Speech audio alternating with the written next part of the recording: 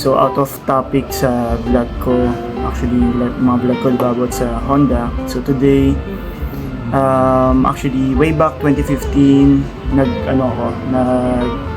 nag-avail ako ng Honda. Nag-avail ako ng Ford Fiesta na 2015 manual trend.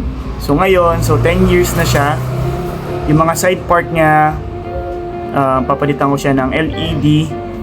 So ito, binaklas ko kasi napakahirap niyang baklasin, lalo na sa mga nagdi-DIY na gustong i-LED yung mga side part or park light or side light. So yung side light ito napalitan ko na. So first step nyo is babaklasin nyo both headlights. Baklasin nyo ng both headlights, tatanggalin nyo yung socket. So nandito yung socket. So ito yung Fiesta nasa likod ko. So ito, by the way, for sale tong Fiesta, baka interested kayo. So manual transmission to, first owner ako. So kompleto yung mga papeles. So ito yung side, ito yung pinaka socket niya. So after nyong baklasin, so tanggalin nyo sa kotse para mas magkaroon kayo ng access sa bad light, lalo na sa mga hindi professional or yung mga nagdi-DIY, kasi yung iba naman din naman nila binabaklas. Pero tong part na to, mapapansin nyo yung right side kung nakaharap kayo sa kotse. Yung right side na to, meron siyang nakaharang na sa washer. So yung sa mismong reservoir niya ng washer, nakatakip dito sa pinaka kailangan nating tanggalan ng bulb. So dito pag baklas nyo, ito isang video na rin to para makita nyo yung makita nyo din yung pagbaklas ng ibang headlight. So ito, so dito i-zoom ko na lang. Ito yung pinaka high beam natin, tapos ito yung sa park light. Tapos dito naman, ito naman yung low beam. So sa mga nagpapalit dyan, sa mga magdi-DIY, dito naman H7 naman, kasi pag binaklas niyo yung pinaka headlight niya, nakikita nyo kung anong specs or kung anong klase ng bulb yung babaklasin nyo or yung papalitan nyo. So dito napansin ko H7 siya.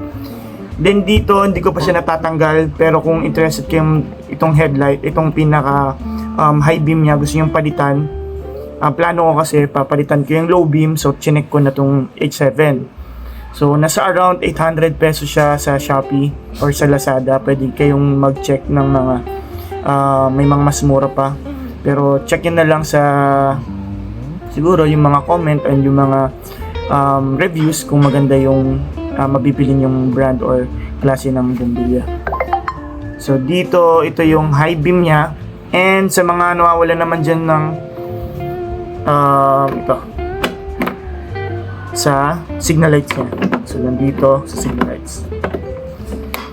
Sa mga nagdi-DIY, itong park light, ang tigas kasi niyang hatakin.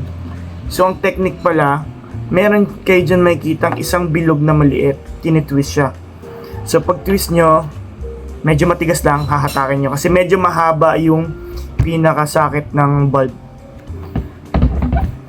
So ito, try ko kung mababakas ko ulit, pero ang tigas kasi.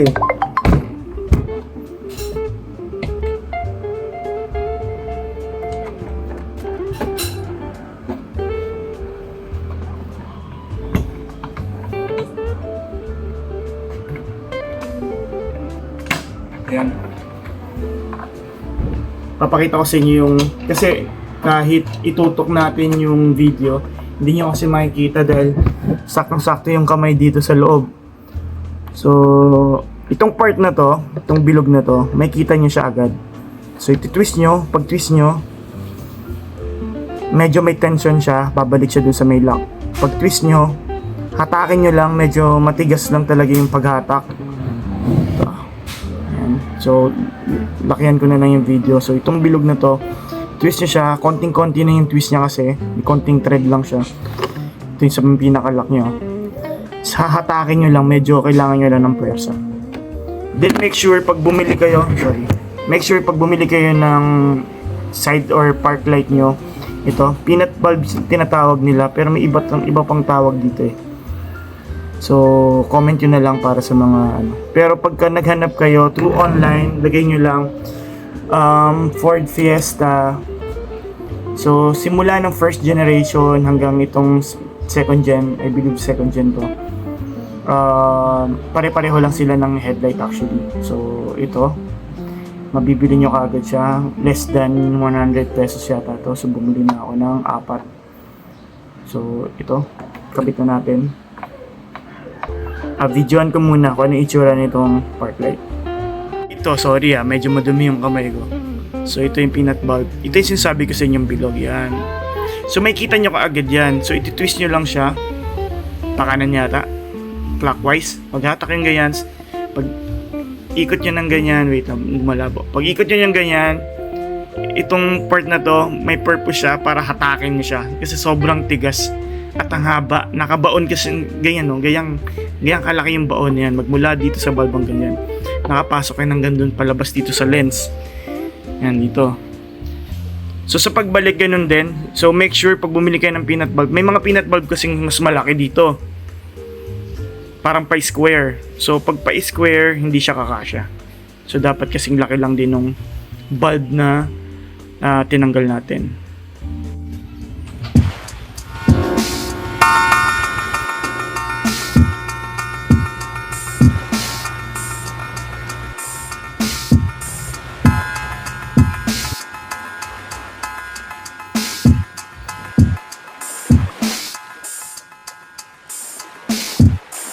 So, baklasin na natin yung kabilang side. So, sa pagbaklas, 3 tornilyo lang. Meron dito yung naka-plastic.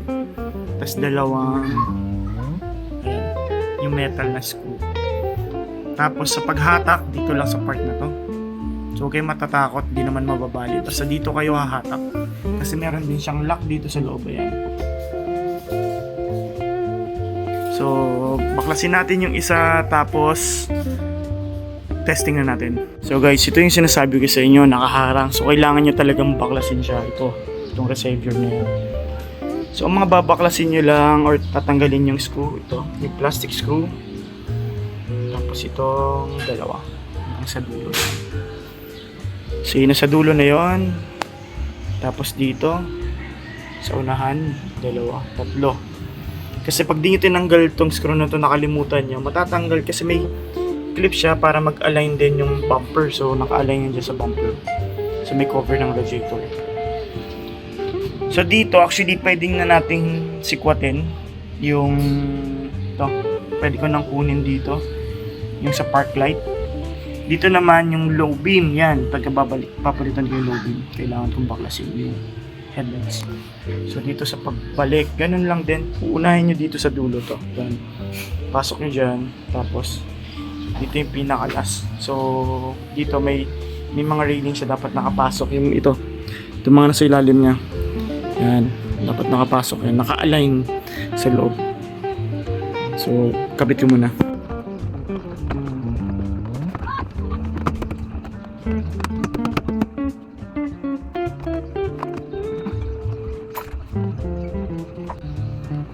So, dito inuna ko yung plastic. Tapos meron din naman, kahit ano naman pwede yung natin. Tapos next itong 2 spoon.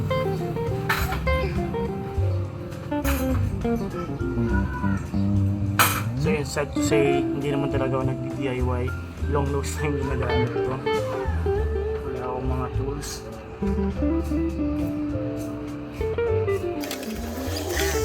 Make sure naman na kahit pa paano may picture.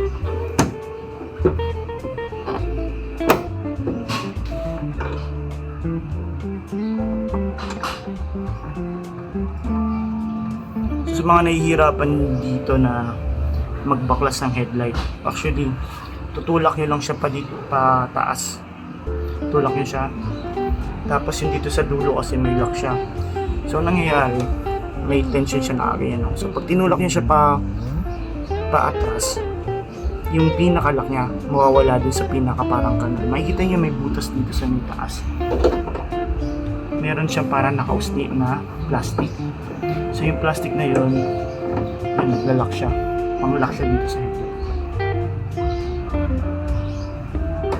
Pag after nyo makakabit siya, next yung ikakabit itong sakit na to. Ito, ayan. So wag nyo kakalimutan. Kasi hindi iilaw. So lahat ng bulb sama-sama na yan dito sa socket na to. So pag itong socket na yan nangat-ngat ng daga, yan, patay tayo dyan. Ubos talaga lahat ng ilaw dito sa side na to. So yan, okay na, no? So to testing natin. So hindi ko lang sure kung, kasi galing to sa motor tong ano ko eh, ilaw ko eh. Ayun, oh. So ayan, may ilaw na. So next kung papalitan tong H7, ganun pa rin naman yung pag-process. So yun, nabaklas ko na dito sa may left side.